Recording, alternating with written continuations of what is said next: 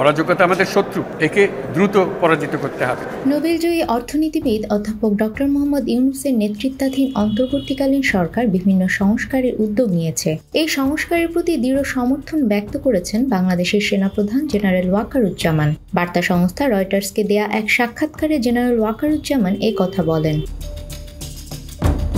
মঙ্গলবার এক প্রতিবেদনে এ তথ্য জানিয়েছে ব্রিটিশ বার্তা সংস্থাটি। তিনি বলেন, আমি তার পাশে আছি, থাকব, যা কিছুই হোক না কেন, যাতে তিনি তার মিশন সম্পন্ন করতে পারেন। তিনি আরও বলেন, ১.৫ বছরের মধ্যে দেশে গণতন্ত্রের উত্তরণ হতে হবে। রয়টার্সের প্রতিবেদনে বলা হয়েছে, গত আগস্টের শুরুতে হাসিনা সরকারের বিরুদ্ধে ছাত্র নেতৃত্বাধীন বিক্ষোভে জেনারেল ওয়াকারুজ্জামান এবং সেনাবাহিনী কোনো বাধা দেয়নি, আর এতেই শেখ হাসিনার ভাগ্য নির্ধারিত হয়ে যায় এবং ১৫ বছর ক্ষমতায় থাকার পর স্বৈরাচারী এই শাসক পদত্যাগ করে প্রতিবেশী ভারতে পালিয়ে যান।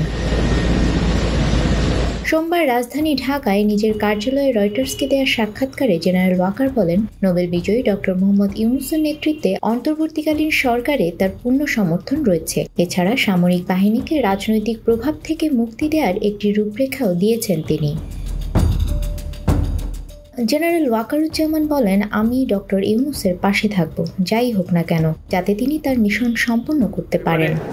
দেশবাসীর সহযোগিতা কামনা করছি। হাসিনার ক্ষমতাচ্যুতির কয়েক সপ্তাহ আগে সেনাপ্রধানের দায়িত্ব গ্রহণ করেছিলেন জেনারেল ওয়াকারুজ্জামান। তিনি বলেন, সংস্কারের পর গণতন্ত্রের উত্তরণ ১ থেকে ১.৫ বছরের মধ্যে করা উচিত, তবে এই সময়ে ধৈর্যের প্রয়োজনীয়তার উপর জোর দিয়েছেন তিনি।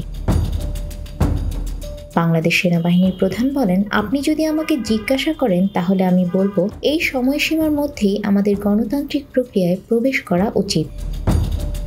নিউজ ডেস্ক, আমাদের সময়।